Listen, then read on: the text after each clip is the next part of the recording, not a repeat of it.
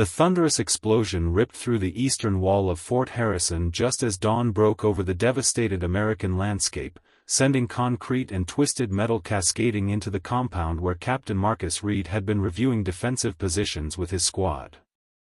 The 42-year-old veteran hit the ground instinctively, his ears ringing from the blast, but years of combat experience had him back on his feet within seconds, barking orders into his radio even as the dust cloud engulfed everything around him.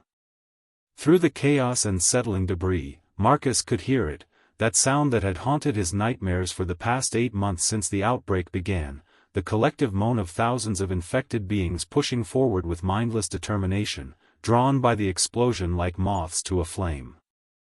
Sergeant Riley Thompson, a former college football player turned soldier, appeared through the haze with blood streaming from a gash on his forehead, his rifle already raised toward the breach. "Captain, the wall's completely gone. We've got a gap at least 40 feet wide, and they're pouring through." Riley's voice carried the controlled panic of a man who knew exactly how dire their situation had become, because Fort Harrison wasn't just another military outpost, it was the last known operational base east of the Mississippi River, home to over 300 soldiers and nearly 2,000 civilian survivors who had nowhere left to run. Marcus grabbed Riley's shoulder and pulled him toward the command center, his mind racing through tactical options even as he watched the first wave of infected stumble through the breach, their grotesque forms silhouetted against the rising sun. Lieutenant Emma Foster, the base's tactical operations officer, was already coordinating defensive positions from the command center when Marcus burst through the door, her fingers flying across the remaining functional computer terminals while she simultaneously directed units through her headset with the calm precision that had earned her a battlefield commission. "Captain, whoever set that charge knew exactly where to hit us," Emma reported without looking up from her screens, her voice tight with anger and fear. "This wasn't random, someone compromised our defenses from the inside." The implication hung in the air like a death sentence, because if they had a saboteur among their ranks, the fort's survival wasn't just threatened by the infected masses outside but by an enemy within their own walls. Marcus slammed his fist on the table, the sound cutting through the controlled chaos of the command center. "We'll deal with the traitor later. Right now, I need all combat personnel on the eastern defensive line, and get the civilians moved to the western bunkers immediately." Private Tyler Chen, no relation to any other soldiers, just a 23-year-old kid from Ohio who had been studying engineering before the world ended, sprinted past the command center window, carrying an ammunition crate that looked almost too heavy for his lean frame, heading toward the machine gun nests that represented their first real line of defense. Corporal James Daniels, a grizzled Special Forces operator who had seen action in 3 different countries before the outbreak, was already positioning his sniper team on the southern watchtower, calling out targets and drop zones with methodical efficiency. The defensive preparations moved like a well-oiled machine, but Marcus knew the brutal truth that none of his soldiers dared speak aloud. They were outnumbered at least 50 to 1, possibly worse, and their ammunition supplies were already running critically low after months of constant skirmishes and no resupply convoys making it through the infected territories. Through the command center's reinforced windows, Marcus watched as the infected horde grew larger, their twisted bodies pressing forward with that terrible, relentless hunger that knew no fear, no pain, no hesitation. These weren't the shambling corpses from old movies. 8 months of evolution had made them faster, more aggressive, and terrifyingly efficient at detecting the living. Suddenly, the radio crackled with a transmission that made everyone in the command center freeze. "Fort Harrison, this is Colonel Patricia Hayes from Cheyenne Mountain Complex, do you copy?" The voice was clear, authoritative, and completely unexpected, because Cheyenne Mountain had gone dark 4 months ago, and everyone had assumed the facility had been overrun or abandoned. Marcus grabbed the radio transmitter, his heart pounding with something he hadn't felt in months: hope, dangerous and desperate. "This is Captain Marcus Reed, Fort Harrison Actual. Colonel, we are under heavy assault and have suffered a major breach. What's your status?" Static filled the speakers for 3 agonizing seconds before Hayes responded, and her next words would change everything about their desperate last stand. "Captain Reed, Cheyenne Mountain has located the source of the outbreak, and we have a potential countermeasure, but you need to hold your position for exactly 72 hours, Colonel Hayes' voice carried the weight of someone delivering an order she knew might be impossible to execute, and Marcus felt his stomach drop because 72 hours might as well have been 72 years given their current situation. Before Marcus could respond, a massive explosion rocked the eastern defensive line, and through the command center windows he watched in horror as one of their precious few remaining armored vehicles erupted in flames, the machine gun nest beside it going silent as infected swarmed over the position like a wave of decomposing flesh and gnashing teeth. Emma was already redirecting forces, her voice steady despite the sweat beading on her forehead, calling Sergeant Thompson's unit to reinforce the collapsing line while simultaneously ordering the civilian evacuation to accelerate. Marcus keyed the radio again, his jaw clenched so tight it ached. "Colonel, I don't know if we have 72 hours, we're critically low on ammunition, we've got a saboteur in our ranks, and we just lost our primary heavy weapon position. What exactly are we holding out for?" The sound of automatic weapons fire intensified outside, punctuated by the screams of soldiers calling for medical assistance and more ammunition, the symphony of a battle that was rapidly spiraling toward disaster. Hayes' response came through with crystal clarity, each word carefully measured. "Captain, the outbreak was engineered, it's a biological weapon that was released from a research facility in Virginia 8 months ago. We've developed a counteragent, but it needs to be deployed from multiple broadcast stations simultaneously to achieve continental coverage. Fort Harrison sits on one of the critical transmission points. If your base falls before we can coordinate the deployment, we lose the entire eastern seaboard, and this thing spreads globally within 6 months." Marcus felt the weight of that revelation crash down on him like a physical force. This wasn't just about survival anymore, this was about preventing the extinction of the human race, and somehow that made the impossible task ahead seem both more meaningful and more terrifying. He turned to Emma, who had been listening to the transmission, her face pale but determined. "Get me Major Vincent Crawford on the line. If we're going to last 3 days, we need every able body on those walls, and I need our best demolitions expert rigging fallback positions." Vincent Crawford was a demolition specialist who had earned his reputation bringing down enemy strongholds in urban warfare, a stocky man with burned scars covering his left arm and a tactical mind that could turn any environment into a death trap for enemies foolish enough to pursue him. Within 10 minutes, Vincent was in the command center, his explosives vest already loaded with det cord and remote charges, his eyes scanning the fort's layout on Emma's tactical display with the focused intensity of a chess master planning moves ahead. "Captain, I can rig the barracks buildings and the old commissary to create choke points. We funnel them through kill zones and make every inch of ground cost them dozens of infected. Buy us maybe an extra day if we're smart and lucky." Marcus nodded, knowing that lucky was a commodity they'd been running short on for months, but Vincent was already moving, calling his demolitions team over the radio, rattling off supply lists and positioning coordinates like a man possessed. Outside, Corporal Daniel's sniper team was working overtime, the crack of precision rifle fire providing a steady rhythm as they dropped infected who appeared to be directing the others, the evolved ones, the soldiers called them, the infected who retained just enough cognitive function to be truly dangerous. Private Tyler Martinez, a medic from Texas who had lost his entire family in the first weeks of the outbreak, was working frantically in the medical bay, his hands covered in blood as he tried to stabilize 3 wounded soldiers simultaneously while Nurse Andrea Walsh, a former trauma surgeon, performed emergency field surgery on a soldier who had been dragged partially through a fence by infected before being rescued. The casualty reports were mounting faster than Marcus wanted to acknowledge, 12 dead, 23 wounded, and the main assault hadn't even hit full force yet.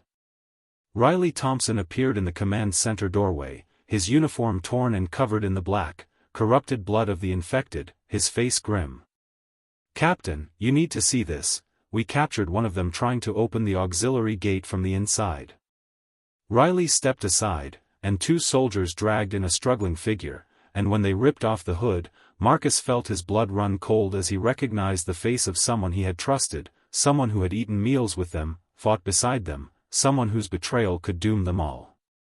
Lieutenant Derek Hansen, a communications officer who had been with Fort Harrison since before the outbreak, stared back at Marcus with eyes that held no remorse, only a strange, fanatical gleam that spoke of madness or something worse, true belief in whatever twisted cause had led him to betray the last bastion of organized military resistance in the region. Marcus felt rage building in his chest, the kind of white-hot fury that came from trust shattered at the worst possible moment, but he forced himself to remain controlled because losing his composure now would only spread panic through the ranks. "Why?" Marcus demanded, his voice deadly quiet as he stepped closer to Derek, whose lip curled into something resembling a smile despite the rifle barrels pointed at his head. "Why condemn 3,000 people to death, Derek? What could possibly justify this?" Derek laughed, a sound devoid of humor that made several soldiers in the command center shift uncomfortably, their fingers tightening on their weapons. "You still don't understand, do you, Marcus? This isn't an ending, it's evolution. The old world was corrupt, dying, and the infected are just nature's way of purging the weakness. I'm not condemning anyone, I'm offering salvation to those strong enough to survive what comes next."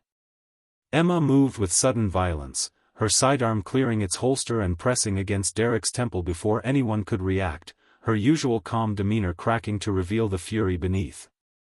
"My daughter was 6 years old when those things tore through our neighborhood, you psychotic bastard, tell me about evolution and salvation."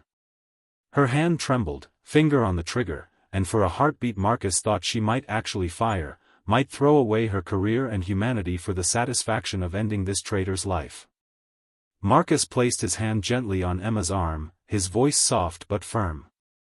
"Stand down, Lieutenant. He's not worth it, and we need information. He didn't set those charges alone, and I need to know what else has been compromised."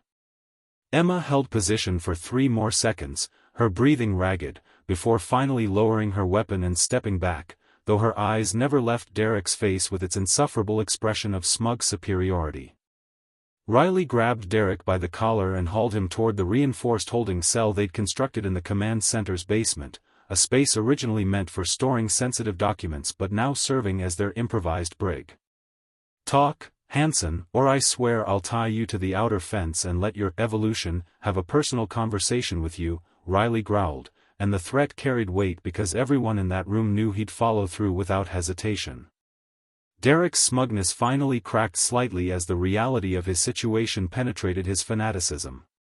"There are others, I'm not telling you who, but they're positioned throughout the fort, and when the time comes, they'll open every gate, every door, and your precious stronghold will fall in minutes instead of hours." The words hung in the air like a death sentence, confirming Marcus's worst fears about a coordinated internal threat. Outside, the battle intensified as the infected pressed harder against the defensive lines, and Corporal Daniel's voice came through the radio with urgent intensity. "Command, we've got runners, fast ones, at least 30 of them breaking from the main horde and heading for the southern wall. They're moving with purpose, like they're testing our responses." Marcus cursed under his breath because the runners were the worst, infected who had somehow retained their pre-death athleticism, capable of sprinting at full speed and climbing obstacles that would stop the regular shambling masses. He keyed his radio, his mind already working through tactical solutions. "All units, priority targets are the runners, do not let them reach the walls intact. Vincent, I need those southern approach charges ready to blow on my command." The command center erupted into coordinated chaos as Emma redirected sniper teams, Riley positioned quick reaction forces, and communications officers relayed orders to scattered units across the besieged fort.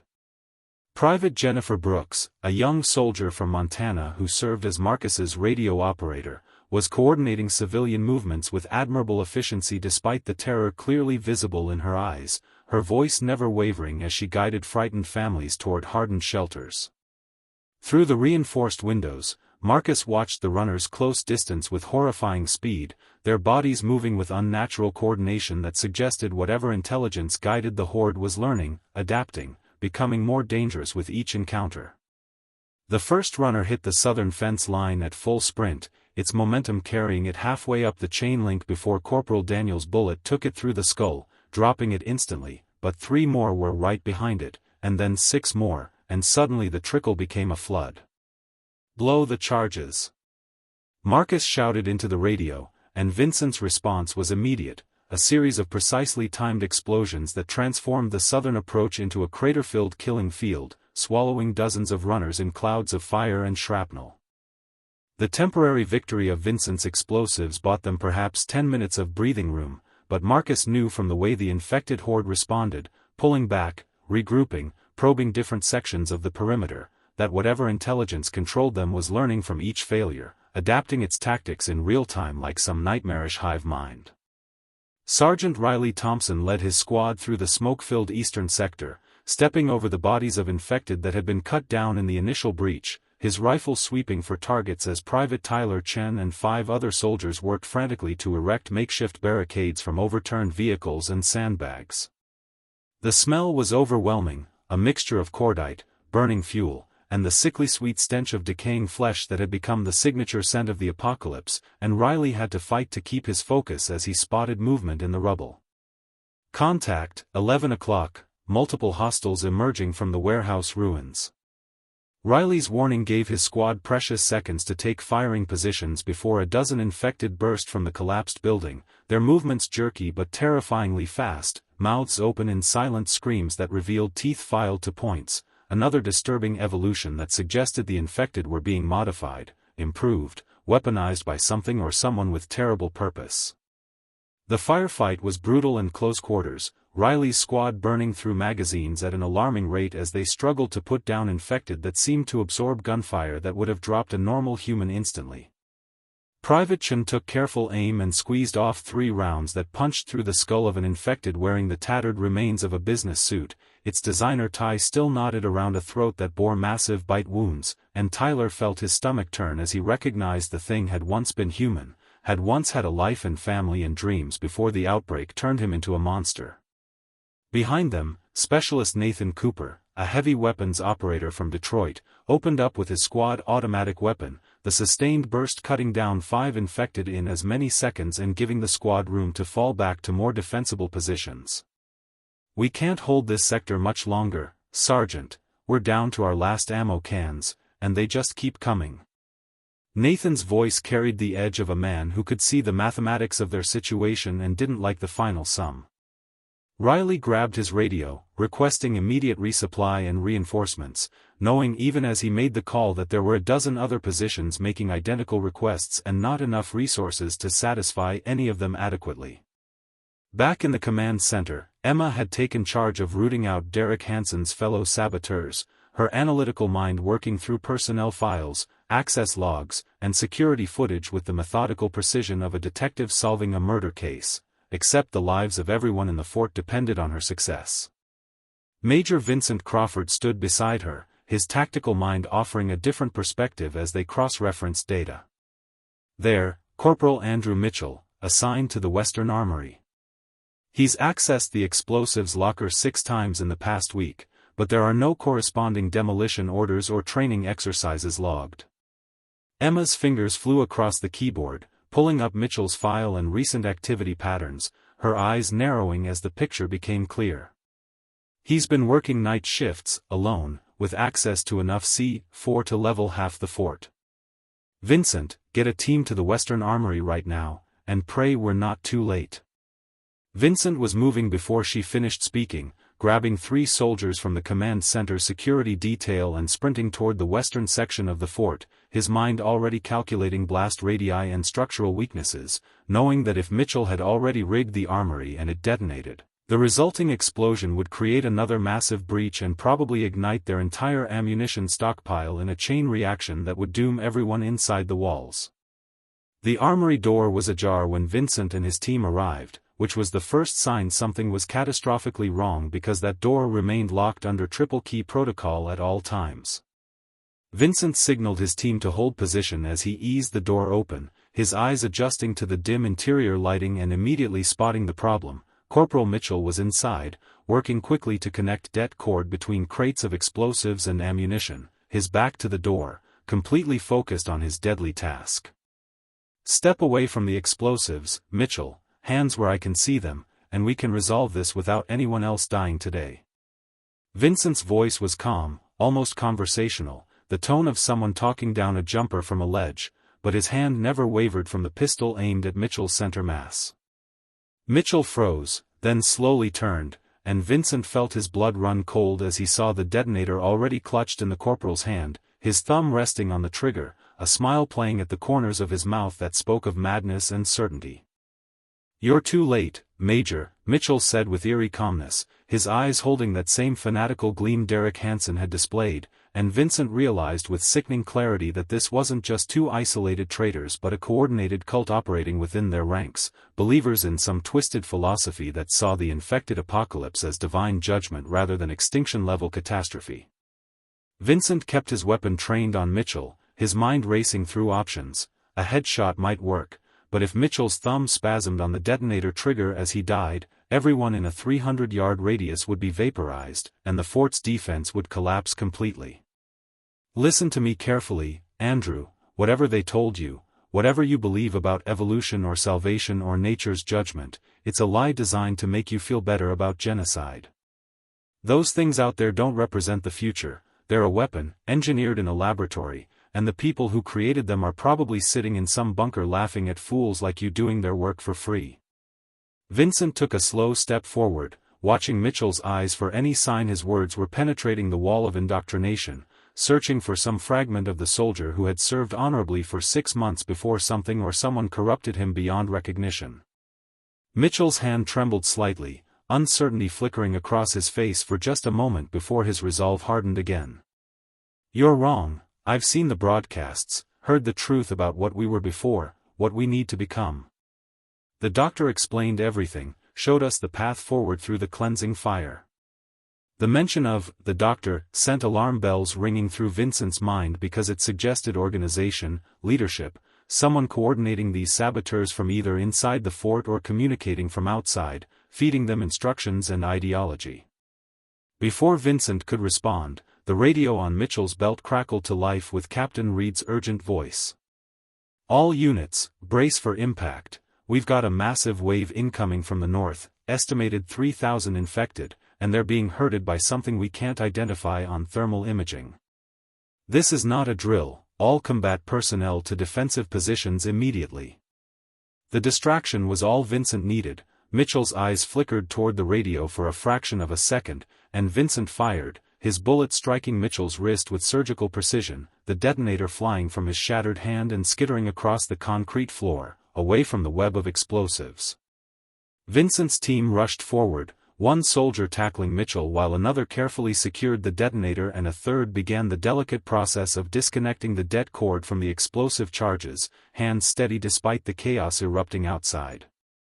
Vincent grabbed his radio, breathing hard from adrenaline. "Command, armory is secure, we've got Mitchell in custody and we're disarming his charges, but Captain, he mentioned someone called the doctor who's been broadcasting to the saboteurs. We need to find that signal and shut it down before more sleeper agents activate." Marcus's response came through tense and clipped, the sound of gunfire audible in the background. "Copy that, Major, bring Mitchell to command for interrogation, but move fast because we've got bigger problems right now.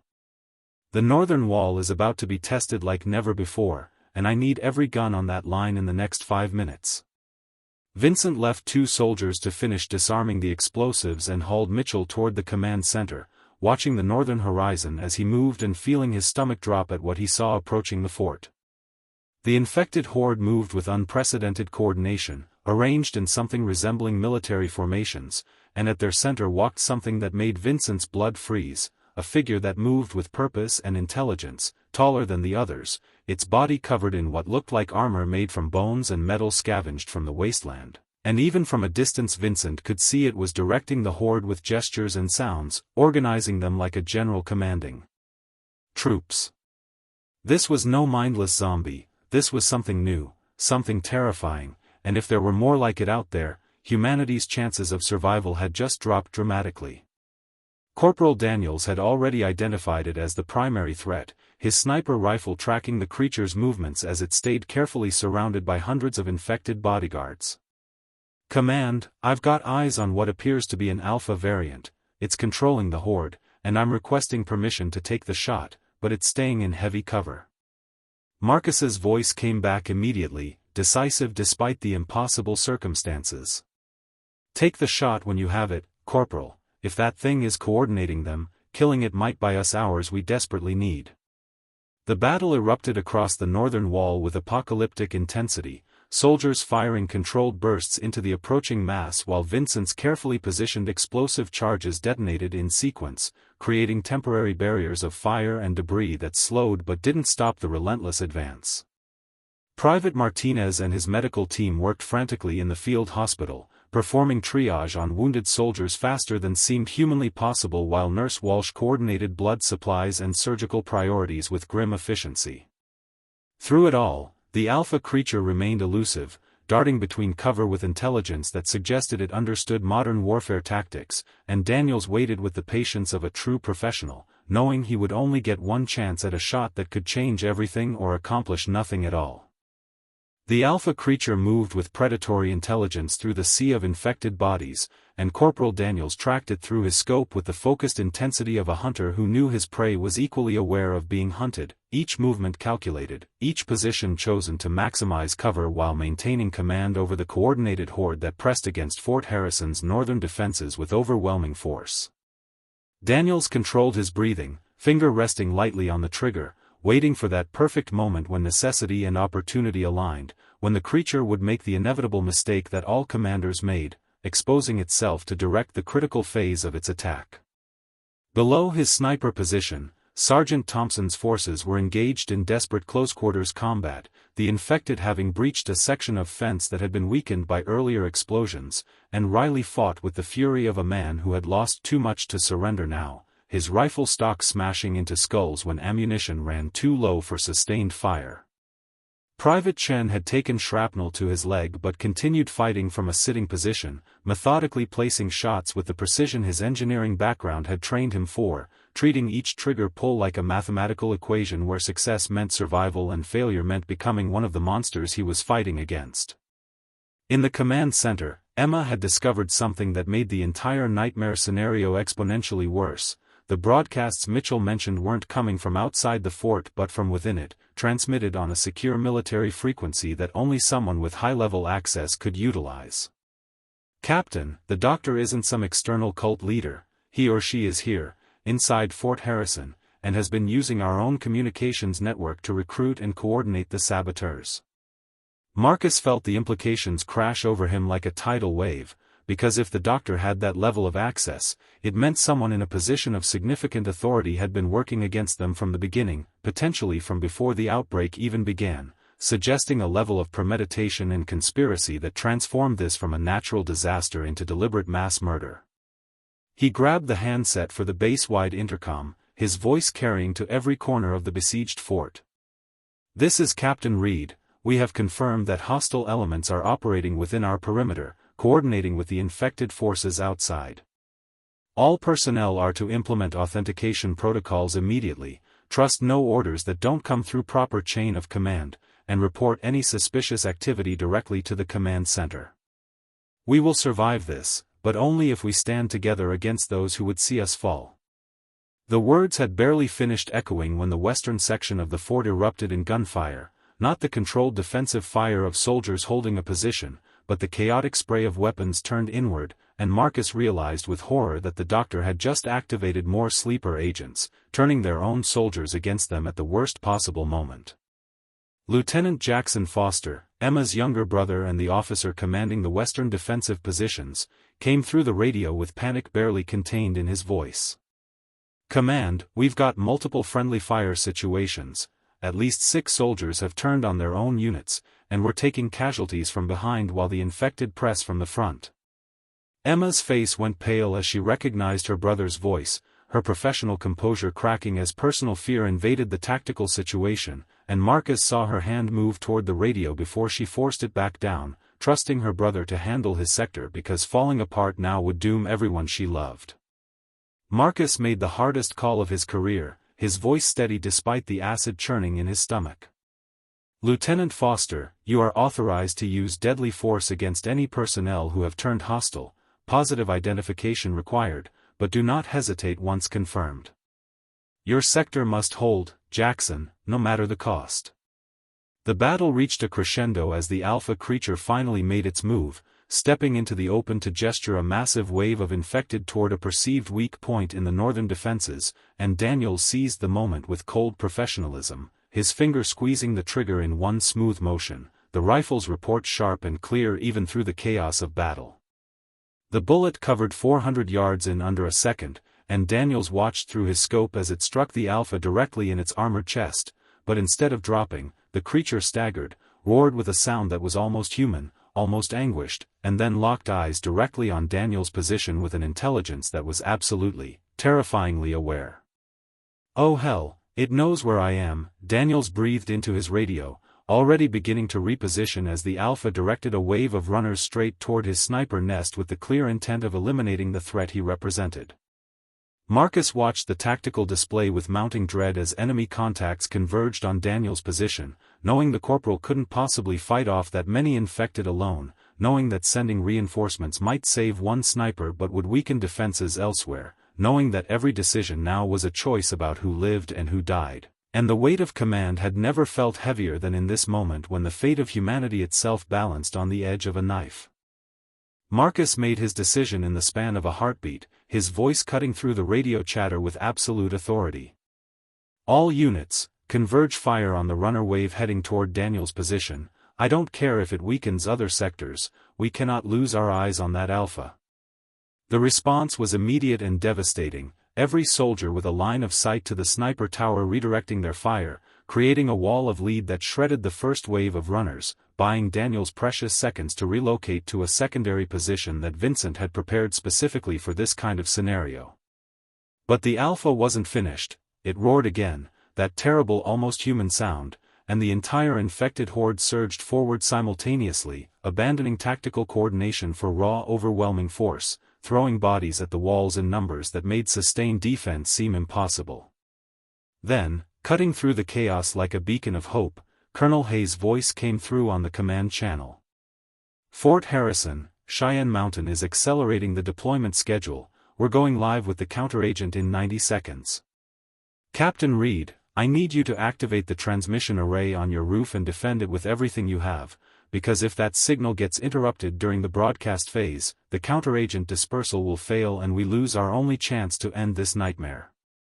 Emma's fingers flew across her keyboard, accessing the transmission array controls that had sat dormant since the outbreak began, and as the system powered up she saw something that made her breath catch. The activation was being blocked by an override code, entered from a terminal inside the command center, and when she traced the access point her blood turned to ice. "Marcus, the doctor isn't just someone with high-level access, it's someone in this room, right now, watching us." The command center, which had been a controlled chaos of personnel coordinating the defense, suddenly became a tableau of suspicion as everyone turned to look at each other, hands moving toward weapons, trust evaporating in an instant.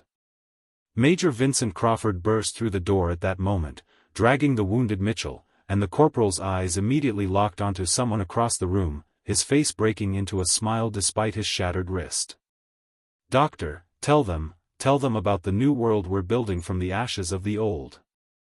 Every head turned to follow Mitchell's gaze, and Marcus felt betrayal cut deeper than any blade as he recognized who Mitchell was looking at, Captain Robert Hutchinson, the fort's senior medical officer, a man Marcus had trusted absolutely, a man who had treated wounded soldiers and saved dozens of lives, and apparently orchestrated the sabotage of humanity's last real hope. Hutchinson's hand was already moving toward his sidearm when Riley Thompson, who had just entered the command center to report on the western sector's status, tackled him from behind with the force of a linebacker, driving him into the floor hard enough to crack tiles. "Not today, you son of a bitch," Riley growled, ripping Hutchinson's weapon away and pressing his own rifle against the doctor's head while Emma frantically worked to override the transmission block.